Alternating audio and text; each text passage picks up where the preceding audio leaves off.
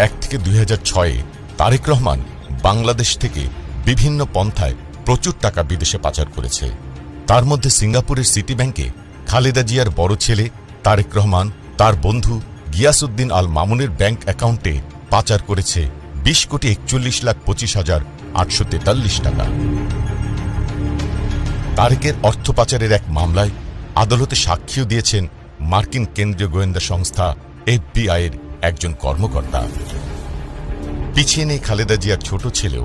খালেদা জিয়া প্রধানমন্ত্রী থাকাকালে 2004 থেকে 2006-এর মধ্যে তার ছোট ছেলে আরাফাত রহমান কোকো অবৈধভাবে সিঙ্গাপুরে পাচার করে প্রচুর টাকা।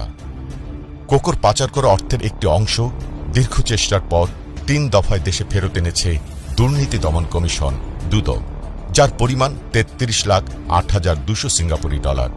এছাড়াও কোকোর পাচার করা আরও 9,36,000 মার্কিন ডলার ফেরত আনার বিষয়টি রয়েছে প্রক্রিয়াধীন।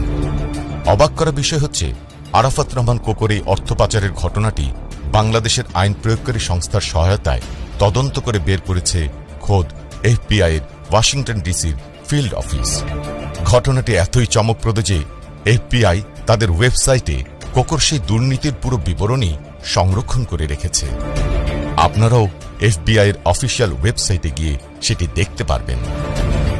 শুধু 2 ছেলেই নয়, যুক্তরাজ্যের স্যান্টেন্ডার ব্যাংকের একটি অ্যাকাউন্ট থেকে খালেদা জিয়ার পুত্রবধূ জোবায়দা রহমান এবং তারেক রহমানের 3টি ব্যাংক অ্যাকাউন্টে 59,341 ব্রিটিশ পাউন্ড অবৈধ স্থানান্তরের আভাস পাওয়া গেছে। তারপরে সে অ্যাকাউন্ট জব্দ করেছে খোদ ব্রিটেনের ফিনান্সিয়াল ইন্টেলিজেন্স ইউনিট। এই অর্থ বাংলাদেশ থেকে অবৈধভাবে হুন্ডির মাধ্যমে পাচার করে নেওয়া হয়েছিল যুক্তরাজ্যে।